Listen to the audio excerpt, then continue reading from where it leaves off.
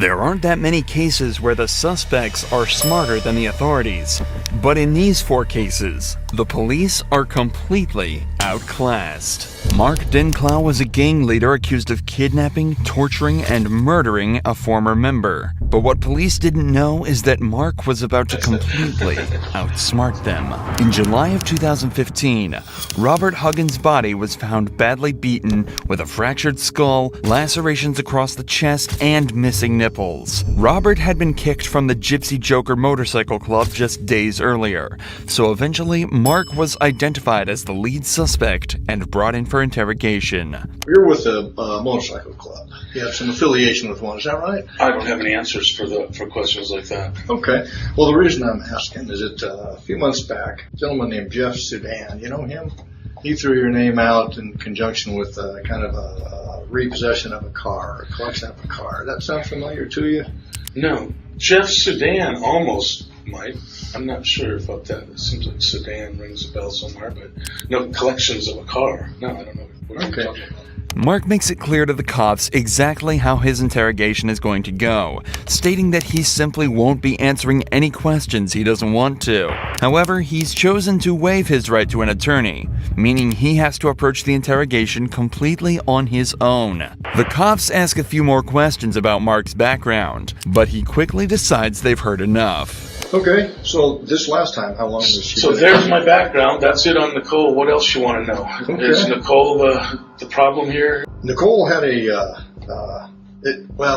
let me back up a little bit. How long have you been in a relationship? I'm not going to answer any more questions about Nicole. Okay. I don't have any more answers for you until I find out what you're talking about. Okay, well, you guys brought me in. I didn't bring you in. I want to hear what you got to talk about. Well, I'm trying to get to that, but part of that's going to involve how long you've known Nicole. Well, if you don't want to tell me what the heck I'm doing here, say so. Because I'm not going to sit here and give you a bunch of my background so you can play whatever kind of game you're playing. This is kind of stupid, man. I just got picked up and treated pretty roughly. You can still see the marks on my hands. This one was completely asleep all the way here, and thrown in a complete silent room there. I want to know what the heck's going on, man. Okay. As is common in many cases like this, Mark hasn't been told why he's been brought in. However, he should have already put 2 and 2 together. After Robert was kicked from the gang, he broke into Mark's house, tied up and threatened Nicole, and stole a large amount of firearms as revenge. Regardless, Mark is still refusing to answer any questions, and trying his best to confirm why he's even there in the first place. Nicole took off in a car that she may have purchased with assets that belonged to you, something like that, and then Jeff Sudan and a couple other guys kind of returned that car to you.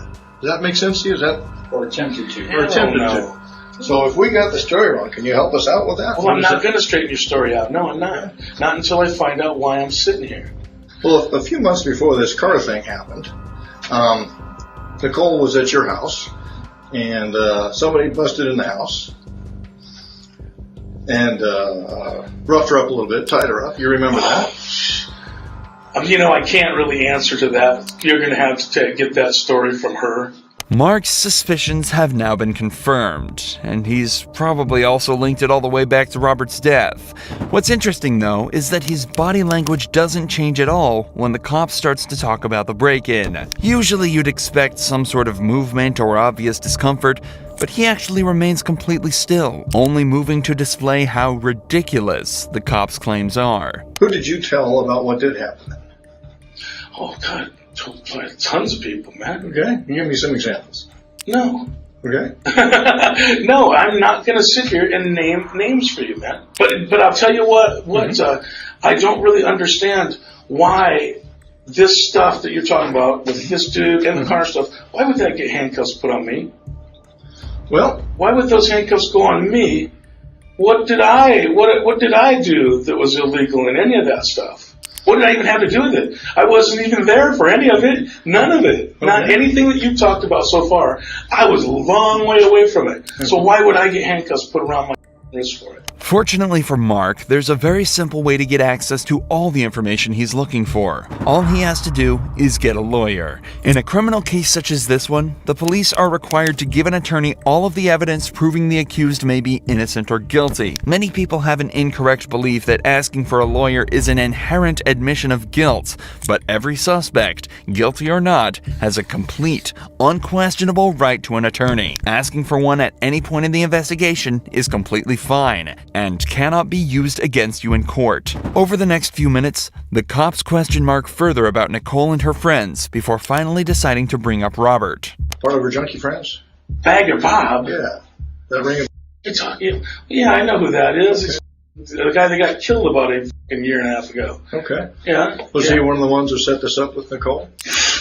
Man, you're going to have to, if you're trying to like tie that into this or something like that, you're going to have to talk to Nicole about that. Okay. So was Bagger Bob one of your friends, not hers? Yeah, well, like I said, actually, if now that fucking you're starting to bring his name into it and he got killed, now I don't think I have any other questions to answer for you. Now I think having a lawyer here might be a good idea.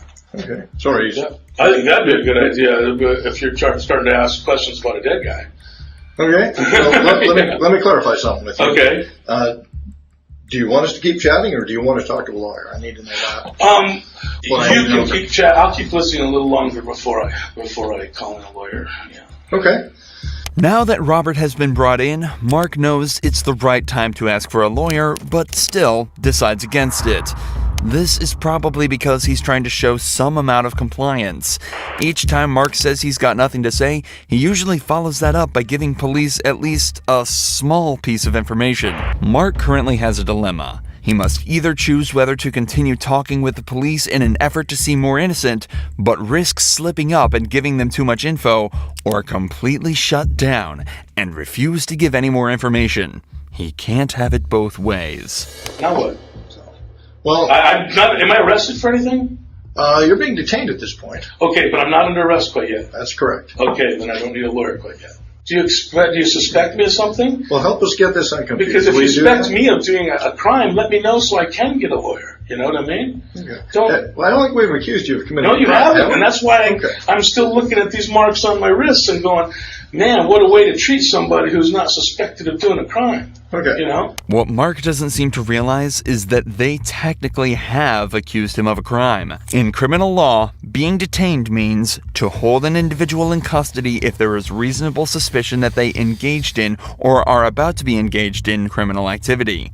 Taking this at face value, the cops have just explicitly told Mark they believe he's a criminal. It's clear that Mark believes he knows what's up in the interrogation rule, but he's definitely missing out on some crucial pieces of knowledge. Can you clarify anything for us about Bagger Bob? You know, any stories that I tell at all about that guy, they dip into club business. They did club stuff. And I'm not going to go club stuff with you guys for nothing. That's just, it's against my rules and it ain't going to happen. Okay. You know, even when he was out of the club? That big a deal to tell you guys that he stole from the club. And then when he got caught for it, he blamed it all on heroin, which was an automatic kick out for him. So it's not like we found out about the heroin. We found out about the stealing. And when we jumped about the stealing, he blamed it all on heroin. That's what happened. And he got kicked out of the club like anybody would. Despite telling the cops that he isn't going to say anything about Robert, he decides to talk about him and the club for another 20 full minutes, going on huge tangents and telling random stories completely unrelated to the case. The cops then decide to take a break and leave Mark alone for a further 20 minutes before returning once again and asking if he'd like a lawyer. So a few times you've mentioned maybe a lawyer, maybe not. We'd like to talk to you further, but we just want to make sure. I mean, it's your choice. If you want a lawyer, that's fine. We'll stop communicating here. If you don't want a lawyer, we can keep talking. And obviously, as the right explains. Then I must be going to get arrested, or you wouldn't have me call a lawyer in here. Then definitely I want a lawyer. If I'm going to get arrested, I want a lawyer. Yeah. So, like I said, I don't know what your charges are going to be. That's being determined. Yeah, man. So if there's going to be charges, so you guys are. So I just have to sit here now. I'm going to wait for you guys to decide what my charges are going to be.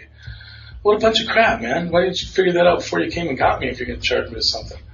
this is, I mean, it's pretty rude treatment for somebody who isn't charged with anything yet.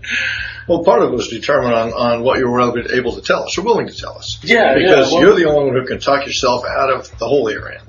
Well, hole? Yeah. I'm not in a hole, man. Well, I mean, you guys may think I'm in a hole, but I know I'm not in a hole because have you done anything that you should be arrested for lately? I know I haven't. But it turns out Mark was absolutely in a hole, about as deep a hole as you could manage to get. After a long legal battle, Mark and another club member, Chad Erickson, were both charged with kidnapping and torturing Robert Huggins to death, and as of 2022, were sentenced to life behind bars. But unlike Mark, DaBaby made the cops look outright stupid when he was brought in for allegedly assaulting and robbing the owner of a nightclub. DaBaby, aka Jonathan Kirk, was brought in for an interrogation, but little did the detectives know he was about to completely outsmart them and show exactly how you should act in this situation. What's your full name? Come on. We just want to get it for you. This is just a formality. Just tell name, date of birth, and all that stuff. Immediately, it's obvious that this isn't going to be an easy one for the detectives. Kirk starts off by refusing to answer any of the officer's questions, even just regarding his own name.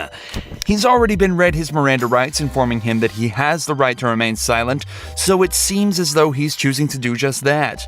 Interestingly, however, he is choosing to waive his right to a lawyer, and let's be honest here, it's not because he can't afford it. The best course of action if you're ever put in this scenario is to stay silent and ask for a lawyer. But this time, Kirk is confident that he'll be able to wriggle out of this himself, as long as he chooses his words carefully. An incident occurred at the hotel, 1500 Southwest First Avenue, that you were there for, correct? What incident? An incident. You had an altercation with somebody? No. You didn't. Did you have a business dealing with somebody? No. You didn't. No. So somebody didn't bring you $20,000 in front of the hotel in your SUV? No. Somebody bring $20,000 that wasn't theirs and lied to them and told them that it was for an event of theirs on the 31st. And lied to them. That person, once he realized they were doing bad business, said nah and left for his $20,000. Okay, so you didn't count. And got my contact information to do business the right way. That's what happened. Around what time was this, sir? I don't know. Whatever time they told us. Whatever time the cameras showed me not robbing no damn body that time. Kirk is claiming that he had nothing to do with anything that happened outside. His story is somewhat unclear, but he's essentially saying that his manager was talking with an event promoter about playing at a nightclub called Cafe Iguana Pines. But it turns out the money that they were offering was stolen, and the promoter was acting strange during the deal. So instead of taking it and going through with it anyway, he told them to get their act together and left without an argument. This, of course, does not explain the altercation outside that was clearly caught on camera, but with the footage unclear and no witnesses nearby to identify the assailants, as long as Kirk sticks to his story, theoretically, things should be perfectly fine. Common sense. You know what I made to even be down here? A promoter booked me at that hotel. I didn't pay to be at the hotel. I was paid for. You'd have let me on my room, you would have saw close to $250,000 cash, legally, hard-earned money. I don't got to take nothing from nobody, bro. Well, let me ask you this. I will go outside here right now and throw $10,000 in the air. Like, I do not care about no money. I don't. Was there an argument? No, it was an argument. I didn't argue with a soul. My voice was never raised. There was never aggressive language from me. None of that. Was there a fight? None of that. No, I ain't seen no fight. And nothing was taken. We shouldn't be in no robbery, bro. So when y'all get done doing what y'all doing, y'all need to do y'all job. Y'all need to follow y'all process. And y'all need to arrest whoever gave y'all these false allegations, bro. This is bullshit. While it may just look like Kirk is flexing his rapper money here, this is actually a very good point for him to bring up in this situation. If he's doing random $30,000 deals on a weekday and paying for hundreds of thousands of people per month, what does he need $80 and an iPhone for? The further he can place himself from this event, both literally and figuratively, the better. From Kirk's point of view, he was nowhere near that crime. He had no reason to commit that crime, and he has sound and reasonable explanation for his whereabouts at the time. However, from the detective's side, a crime was committed, and Kirk's vehicle was right there as it happened. So they need to try and extract the information needed to piece his day together to come up with a story that Kirk cannot argue with. That forces him into a confession. When I encountered you in the hotel, you came back to the concierge, the counter. Yeah. Where were you coming from at that point? Prime, whatever the hell I went to eat. I went to get some food. Where is that? I don't remember. You don't know? No. How'd you get there? In the car. What kind of car? Was it a car you drove? Somebody else drove? Uber, bro. A Uber? Yeah. What kind of car was it? Small car, SUV, truck, what? I don't know. Let's talk about what matters. Let's talk about what why matters. we're here. Let's talk about what y'all need to get me about this stuff. When I'm driving in the car, what I went to go eat, what time I went, that don't got nothing to do with the fact I ain't robbed a damn soul. Me, nobody around me, ain't nobody robbing nobody. Let's take the word robbery out of the picture. So while we here, we taking the word robbery out of the picture. Y'all are robbery detectives. This is robbery unit. That's the second word he said. That's the second word he said when he came in here. Robbery. Come on, bro. Okay, listen. He told me he asked to question me about a robbery when I walked in my hotel. Robbery. I had every answer to the question you needed right there. Whoa, that ain't it. That's false. Okay. Throw that out the window. We talking about robbery, bro. It's nothing for me to talk about. I didn't rob. So do you think that we just woke up this morning and decided to just... I think y'all got a phone call from somebody that's already a liar. I know they're a liar. Got a phone call from somebody that's a liar and y'all bought it. Y'all believed it. Y'all got me in here and y'all put me in handcuffs. Brought me outside the hotel in handcuffs, cameras and shit all on me. Come on, bro. This shit is bad for what I got going on. And I ain't even do shit to that, man. Even without a lawyer present, Kirk knows exactly what to do. He currently has the upper hand in this interrogation and needs to keep it that way. The cops are searching for anything that puts Kirk at the scene of the crime, but by redirecting the conversation away from that, back to what he thinks is actually important, there's no realistic way that they'll be able to get what they need. But even though he's winning, it's still worth noting how strange it is that he's not asking for a lawyer. Kirk obviously knows exactly what to do in an interrogation and has clearly spent time learning what to do. If that's true, he should also know that there's next to no scenarios where lawyering up will harm his case. But whether it's an ego thing or just a lapse in his thinking, Kirk is definitely still winning this interrogation. But he's about to start absolutely dominating. We talking about criminals. When I do business, it's legally binding. It's legally binding. Everything I do, you have to sign a contract. You got to sign a contract. Okay, it's a contract right now. The whole incident happened and nothing went wrong. Nothing happened. There was no... Not to my knowledge. There was no fight. There was no scuffle. There was no... I ain't fighting nobody. But y'all know it's too much. Y'all know too many lies. You get what I'm saying? That's why y'all got to move backwards like that, bro. Like you're saying that they're lies, but you don't know what we have or don't have. Okay. I know if y'all had proof of me robbing somebody, we wouldn't even be talking. Y'all would have cuffed me. I would be charged with it. That's what I know, bro. That's what I know. Now, while this isn't necessarily true in every case, it is absolutely true here. If you're in an interrogation room and the cops are trying to find out details of the case and accusing you of a crime instead of charging you immediately, it very likely means that they're missing the details needed to charge you.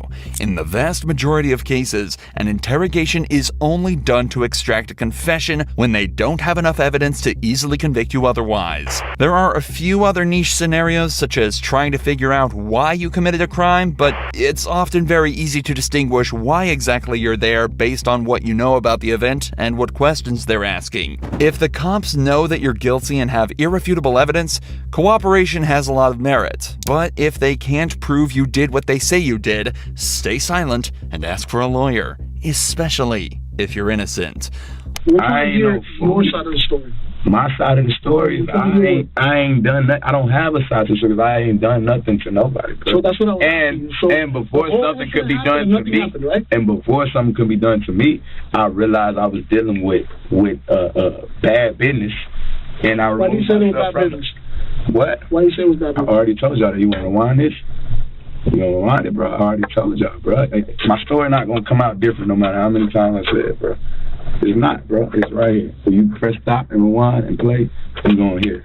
That's why I said it was bad business, bro. Come on, bro. There's nothing blowing my phone up all day, all night. He needed my help for his event. He already was in deep water because he's already doing, and I see why, he's already doing bad business. You see what I'm saying? He has an event that wasn't going to go as planned. He needed me to make up for that. He needed me to cover his ass, so he brought in another person, lied to him, swindled him. He thinking he coming to book me for a whole different event, and they tricking him, got him paying me to come do a walk through the night. Come on, bro. He niggas full of shit. And matter of fact, check them cameras. Y'all got crime scene investigation unit out there, check the cameras. See him meet up with somebody else in the lobby. Ask him, hey, who's that? Ask him. Follow up on what I'm telling y'all. That's what we're trying to At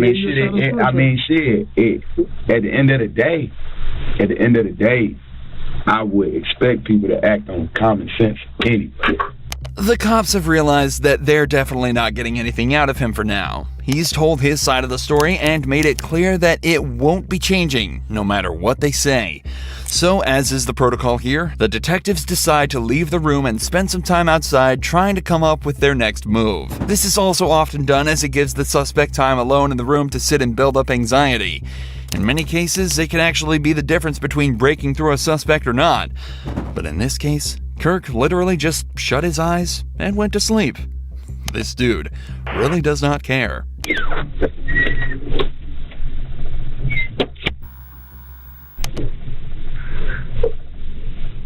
However, it seems as though the detectives couldn't come up with their next step and decided that nothing was going to make this guy budge. The next time a detective returned, it was regarding the security of Kirk's belongings that had been left in his hotel room. Even though he hasn't been convicted yet, he was still the prime suspect of this investigation, so he'd be spending some time in jail while they figured out what to do and gathered all the evidence they could. So they just had to figure out what to do with his stuff while he was locked up. But obviously, Kirk refused to let them touch his stuff and just let the hotel deal with it. Kirk was facing a possible sentence of up to 15 years in prison plus a $10,000 fine, plus any charges they could slap him with for the battery. That's only if they could gather enough evidence, though. Evidence they absolutely were not getting from Kirk, or the blocked security footage that was the only evidence the crime even took place. So just after 48 hours in jail, DaBaby was released and sent on his way. Just 2 months later, all charges were dropped and he remained a free man. But Jeff Pearson's story by far trumps the others, as he wasn't a famous rapper, he was just a heroin addict. Reports began flooding into the local PD when alarm bells began to sound in a local 7-Eleven, but there was no suspect to be found anywhere close. Police decided to expand the search, and that's when they heard commotion in a nearby house. Without any other leads, they stormed in, discovering Jeff inside, sitting next to a gun.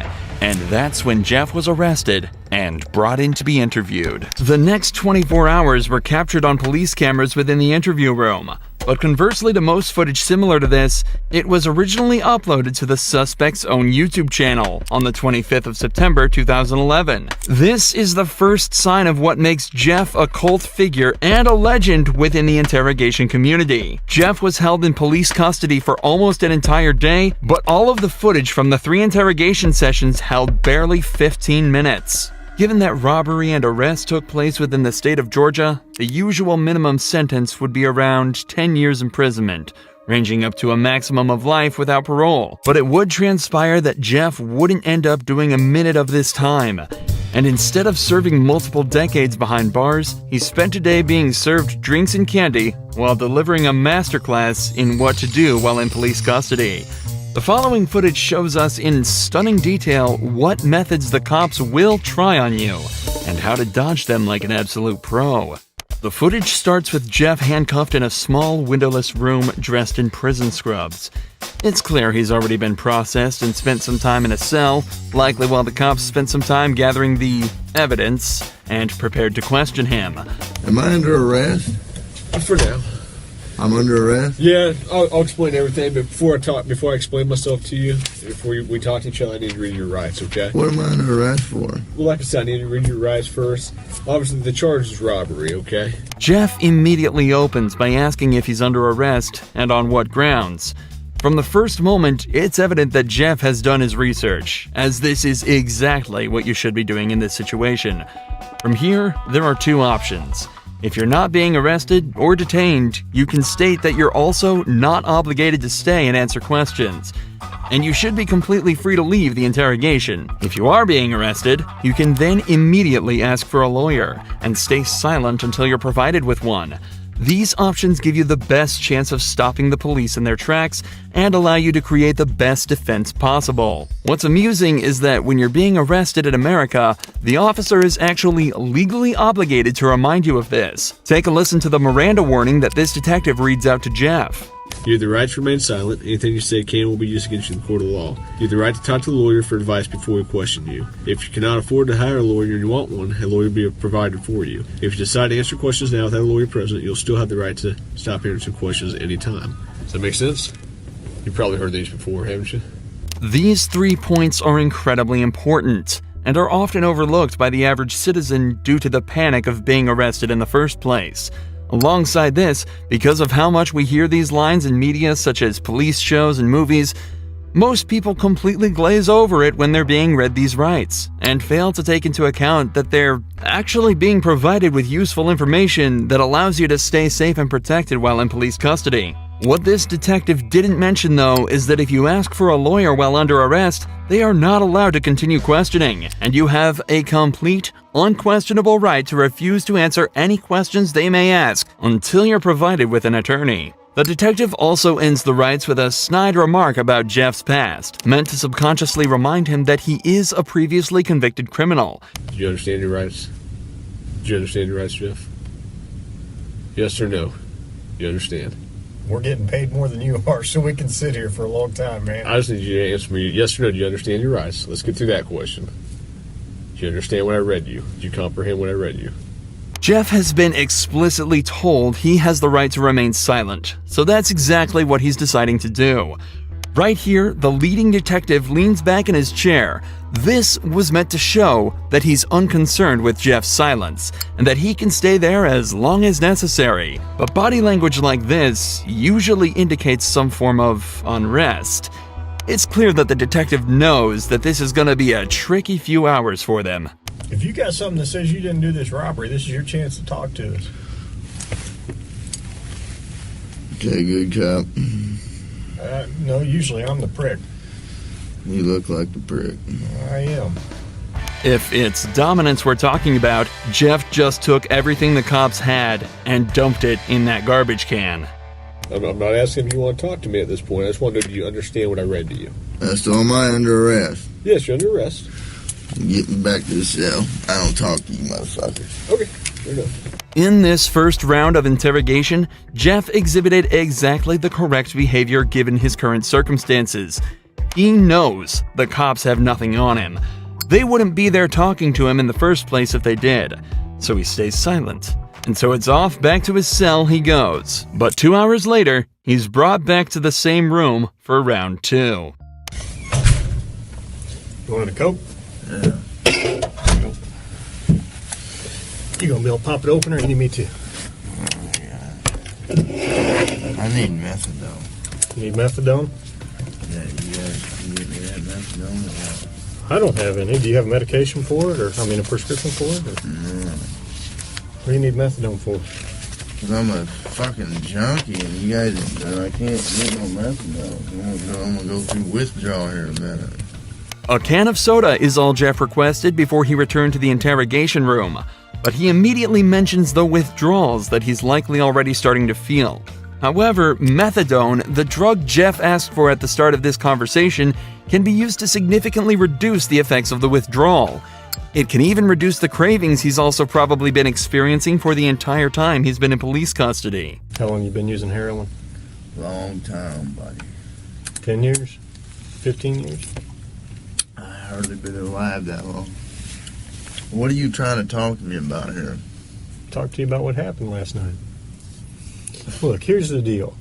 Either you're in a bad set of circumstances or you went and committed an armed robbery last night. Yeah, right? I'm in a shitty, wrong place at the wrong time, obviously. I didn't commit no fucking armed robbery. All right, then let's talk about this. Let's I not keep up I the don't act. talk to the police, man. Jeff is clearly through with the personal talk and wants to get back to the matter at hand. In his eyes, he's been arrested for something he didn't do and wants to get out of there as quickly as possible. Okay. I've been through the system, buddy. I know how it you works. have. I know you have, You're Jeff. not my friend. I'm not your friend. You're trying to fucking get me. Or you're No, trying I'm not trying to get all you. you're trying to get is some fucking stupid ass fucking confession, and you're not going to get one. Jeff, I'm not going to get a confession out of you for nothing. Exactly, because I And didn't I'm do not trying to nothing. get a confession out of you. Okay, I'm going to tell you, I didn't commit no armed robbery, and y'all ain't got no fucking evidence saying I did. Let me go. All you did is find me sitting in my buddy's house because my fucking buddy's dog's going ape shit. I go outside. There are cops everywhere, and they spotlight me. They say, "Come here." I said, "What's up?" They search me. They ain't find Hang on. nothing. What's Let up? me read this. No. before- Yes. Because I'm not going to sign it. You don't have to sign it. But let me read it for you. Okay? I'm not signing nothing. You don't have to sign it. The irony of this cop saying he's not trying to get Jeff while he has him handcuffed in an interrogation room questioning him is very amusing. But even through all this, every part of what Jeff said here is so perfect it almost sounds rehearsed. It's an incredible display of personal legal defense, and is even more impressive when you layer it with the fact that Jeff is almost definitely starting to experience withdrawals. I also want to highlight the point Jeff made about how cops are simply trying to force a confession out of him. One of the main techniques used in these interrogations is the Reid technique, developed by a former cop and psychologist in the 1960s after he extracted a confession from a man accused of murdering his own wife. The technique consists of 9 steps, beginning with a polite discussion about why the suspect is being accused of the crime, followed by using certain body language and actions within the interrogation as a display of guilt. The method ends with offering the suspect 2 alternative statements they can agree with, one of which is slightly more acceptable than the other, but whichever is chosen admits guilt and is counted as a confession. This method forces the suspect into a corner and is exceedingly good at extracting false confessions from innocent suspects. In fact, the original case that technique was formed around fell apart after discovering that the man in fact did not kill his wife and was tricked into giving a false confession. Absolutely next level gaslighting. Tell me what happened last night. Plain and simple. Your side of the story. I'm not talking to you. I'm warning you. All right. This is what I don't understand. I know, but this is what I don't understand, Jeff. You were sitting there talking just like you were ready to sit here and tell me what happened last night, and then all of a sudden I read that to you, and you screw it, I ain't talking to you. I want a lawyer. I don't understand that. What changed? Because I told you what. I already told you what happened. You didn't. How didn't I?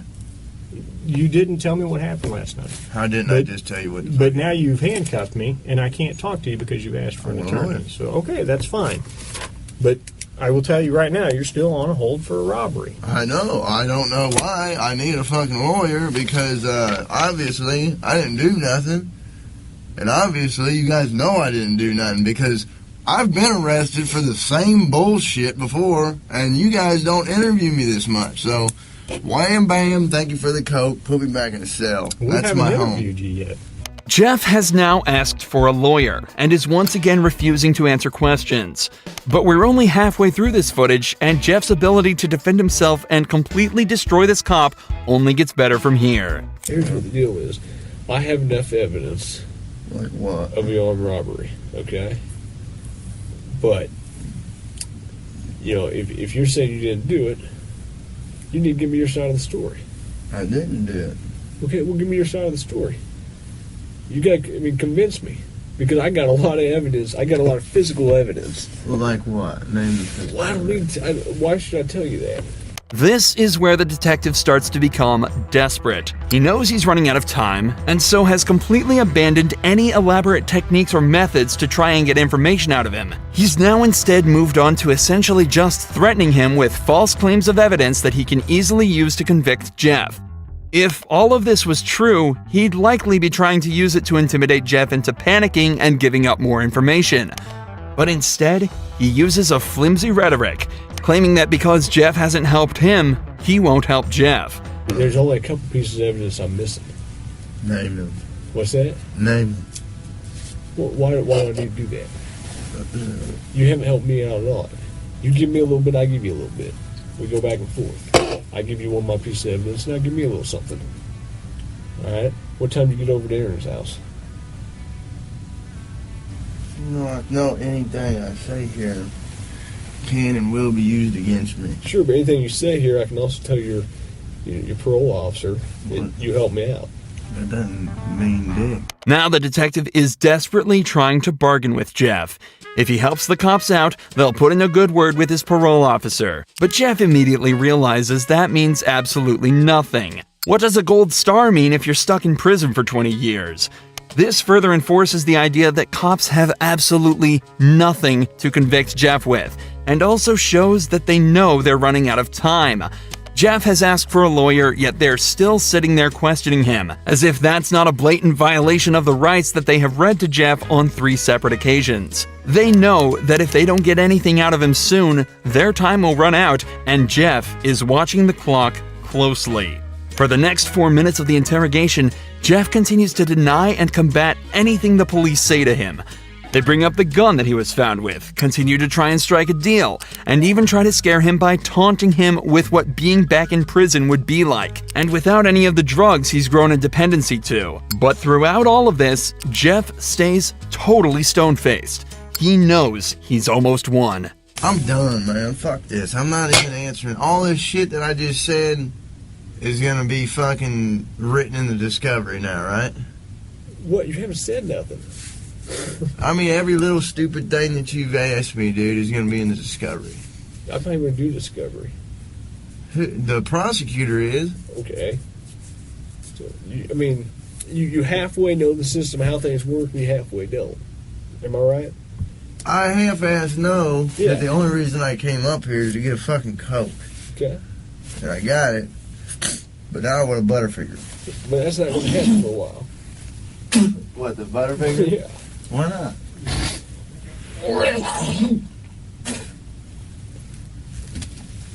I need to go to the hospital.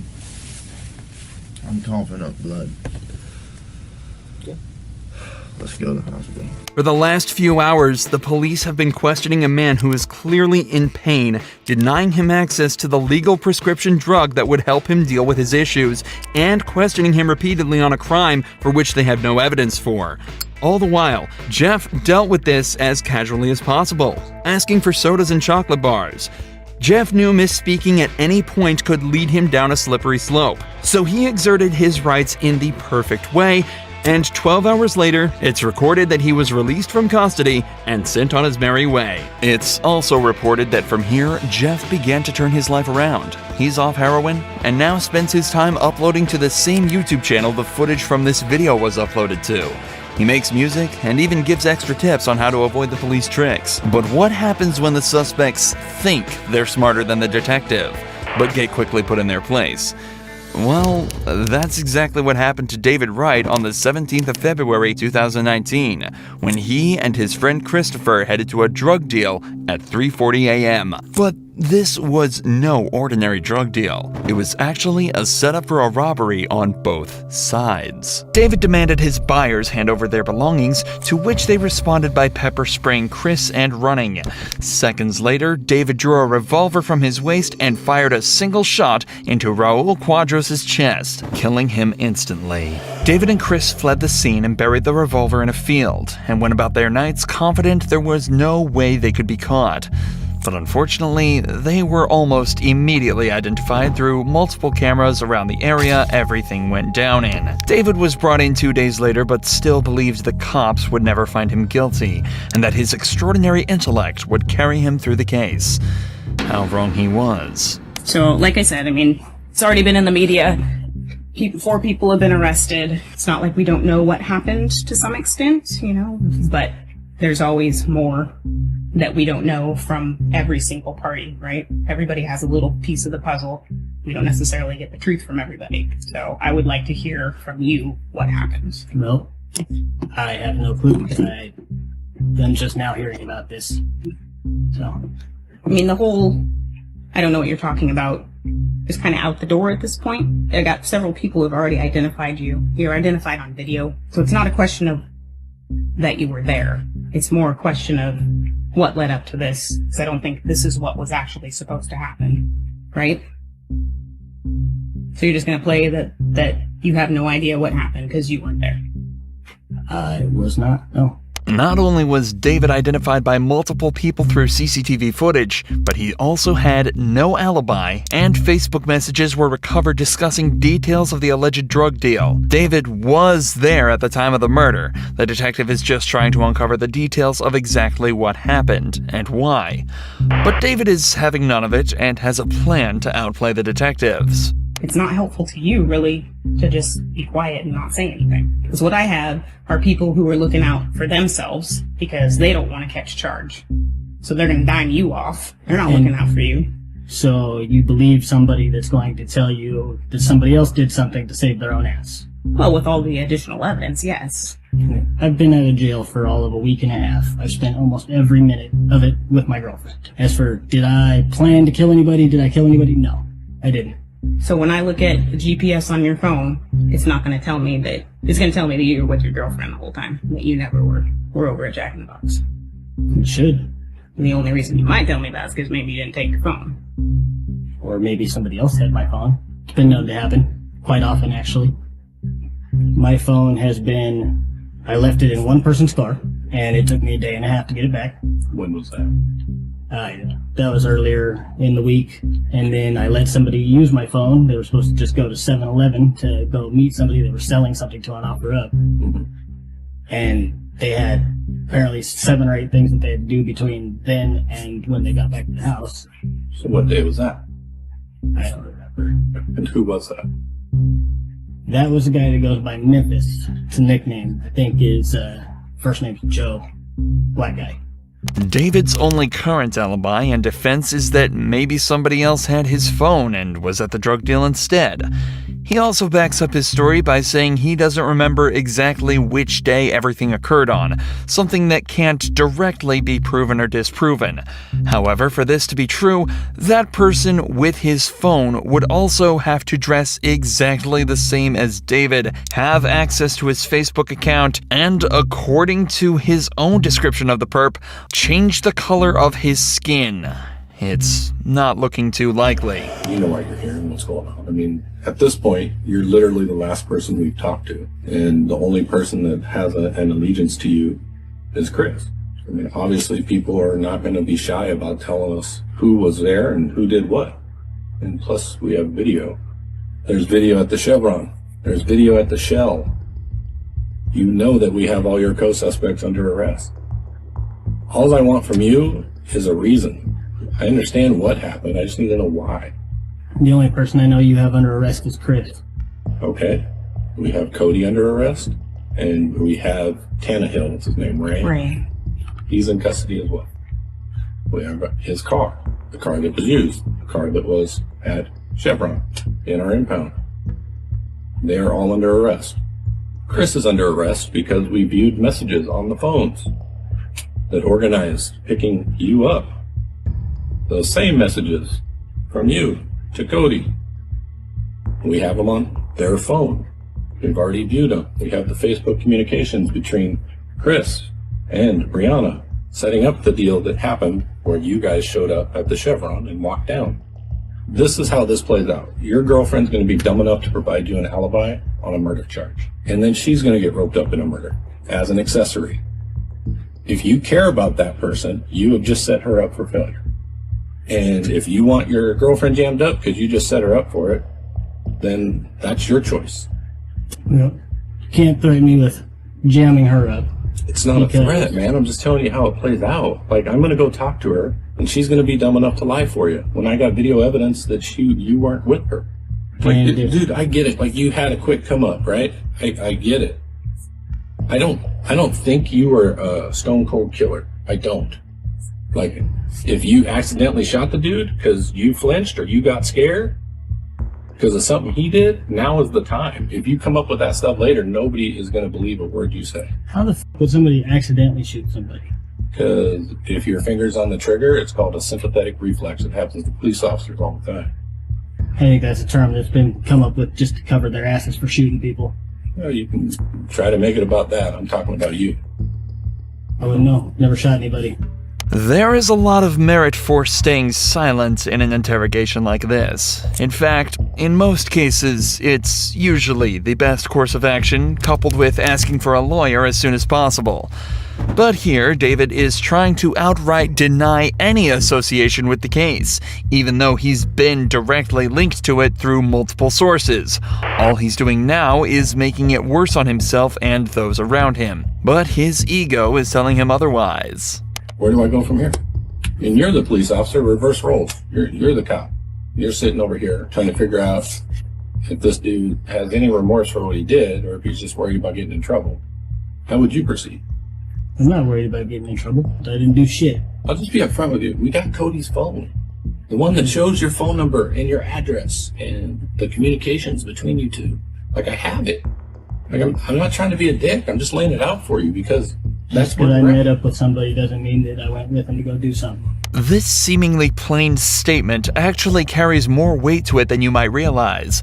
The detective presented David with a piece of concrete evidence that he's saying puts him dead to rights, to which he responds by confirming he had indeed met with Cody, but it went no further than that. Again, it seems like nothing, but now that detectives know this tactic works on David, they can attempt to use the wealth of other evidence they have to slowly extract a full confession from him. Okay, so when did you meet up with Cody then? 1, 2 o'clock in the morning, something like that. On what day? Maybe Saturday or Sunday. Okay, where did you meet up? Over by my house. Okay, and who was with him? That I don't know. Was he alone? When I met up with him, yes. So why did you meet up with the dude that you didn't know? Because my friend Chris had asked me to. Okay, and so what happened after that? Well, he had tried to proposition me for a handgun. Mm-hmm. I told him I didn't have one. Okay. So. Did he say why? No.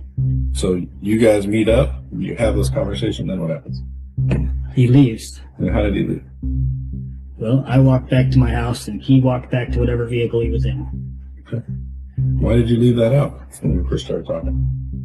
You think that might be important that the guy under arrest for murder came to your house looking for a gun? Well, if I had given him a gun, then I think that would be important.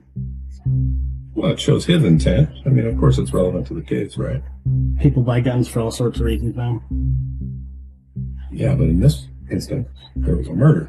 So they went on their way, just the Cody dude, and did you actually talk to the other guy in the car? How does he know who you are then? Maybe my name was mentioned when they were coming to meet me. But he didn't see you. Unless he seen me when he was parked.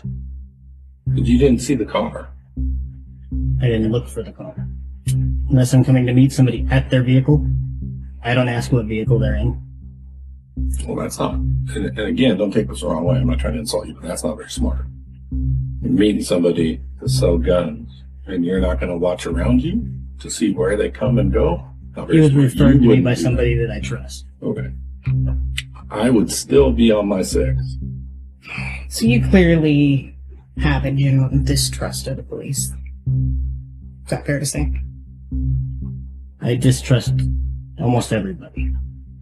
Being honest with you about the information that we have, trying to give you an opportunity. And I mean, you've already said flat out you don't believe that he has that information, but I mean, with everything he's told you, you have to know that what he's telling you is true.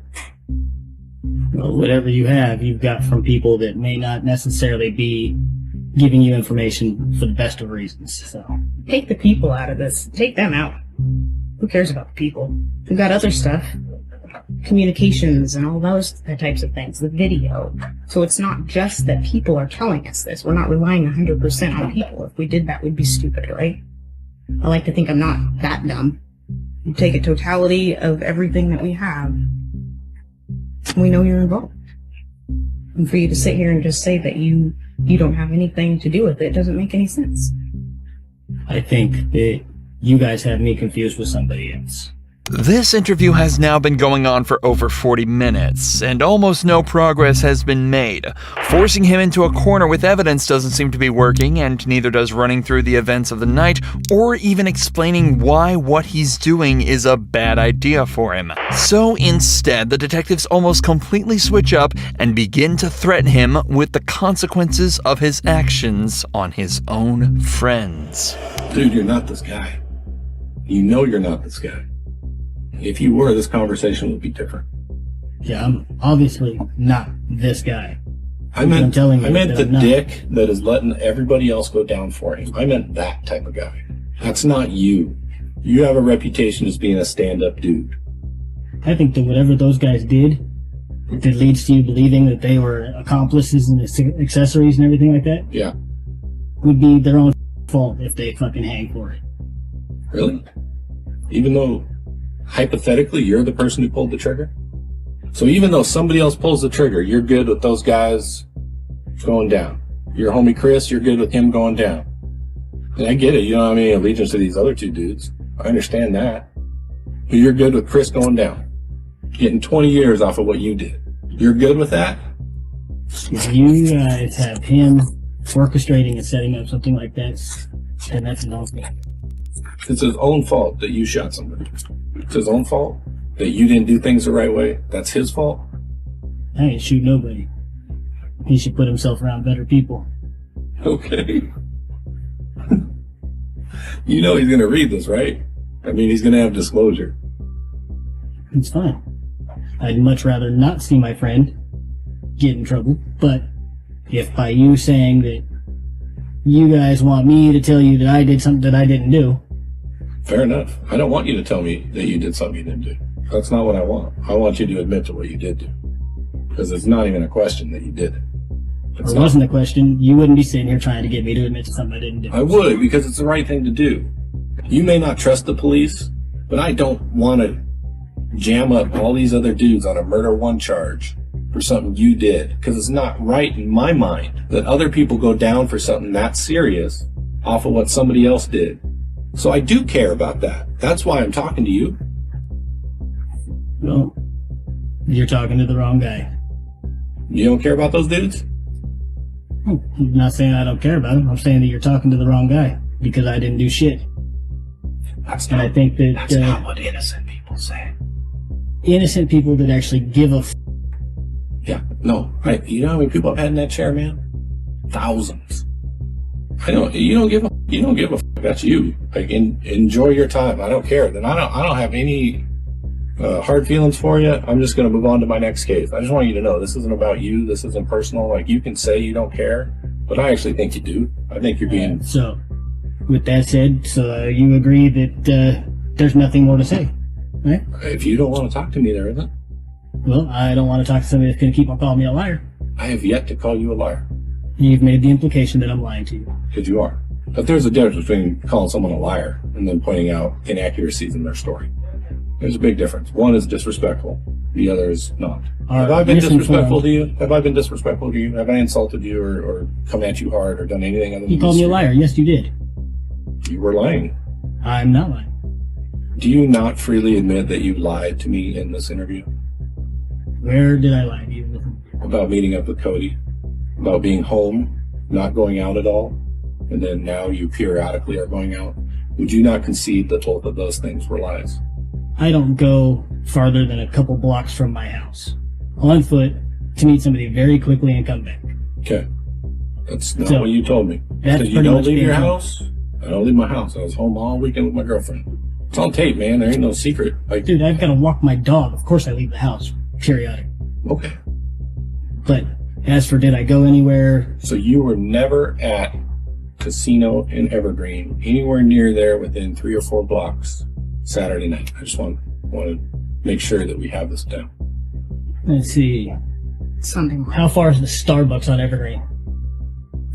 Which Starbucks? The one on 75th. Yeah, no, Too I'm not far. talking about that. Okay, yeah. Then no, I wasn't. Okay. So you're at the Starbucks on 75th? Earlier in the evening, yeah. Like 8 or 9 o'clock, something like that. Well, that's not home. Did you lie to me? Can I don't even get a smile out of that one? I didn't get you on that one? I feel like I got you on that. Blatantly caught in a lie, it might not seem like it yet, but David is starting to get uncomfortable. If it's not been obvious throughout the whole video, the only thing he cares about is his own ego. So now that that's been damaged, he's immediately on the back foot, and it's up to the detective to keep pushing and try to get him to move just that little bit further. Were you with someone? Yeah. Who? Another woman. Who was that?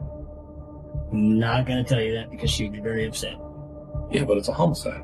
They can help prove that you weren't involved. How? Because if you're with her, right, that gets my timeline tighter. So you were with her from 8 to when? Not very long. So you don't Half hour at most. So you don't want to tell me who that is? I really don't. Okay. Were you in a car? You're on foot? I rode my bicycle. To 75th? Then how'd you get home? I got a ride from her with my bicycle in the back of her SUV. So there was a car. Did I get you there? I feel like I got you there too. Yeah, Saturday I appreciate night, it. I'm just Sunday looking for morning. honesty, man. I mean, at this point, I feel comfortable that you have lied to me several times.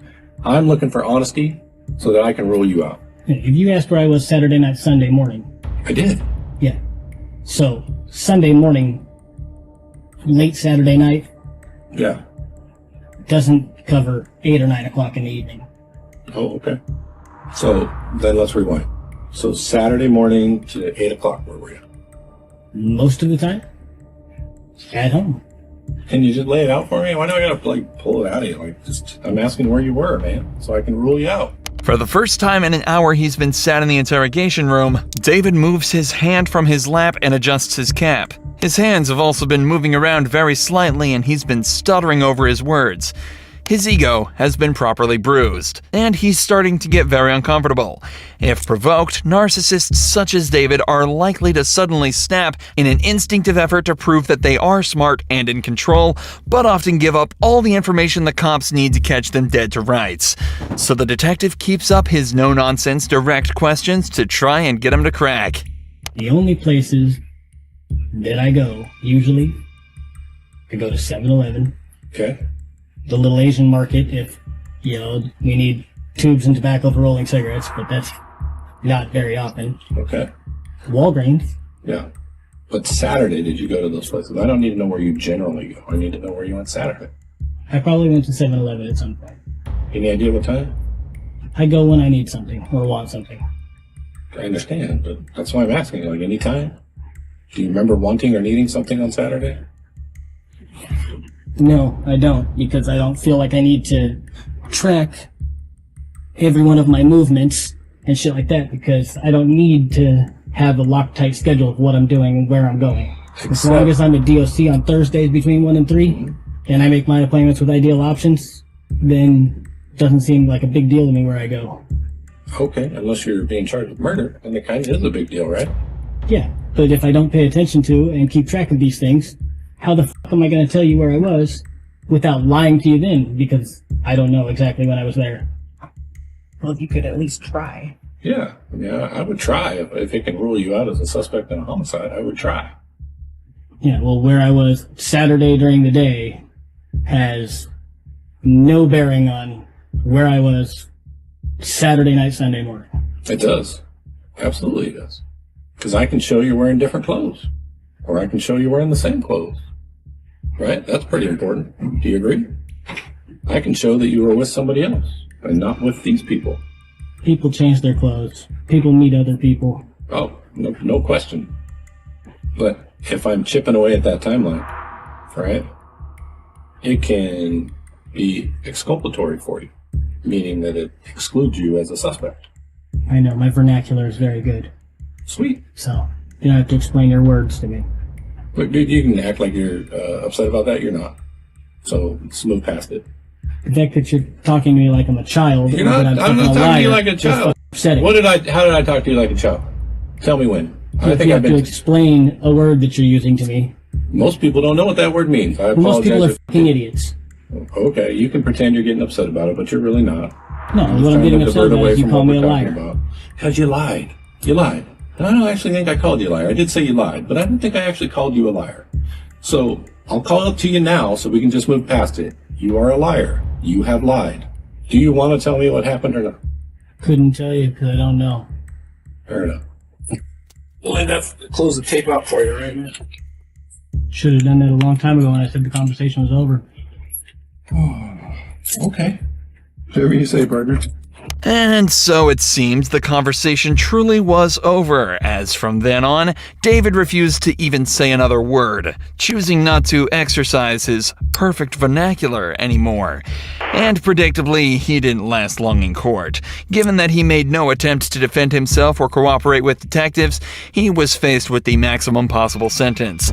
David was also already a convicted felon with charges of arson, burglary, vehicle theft, and 35 other misdemeanors dating all the way back to 1999. So, in October of 2020, 33-year-old David Wright was sentenced to 40 years in prison without the possibility of parole.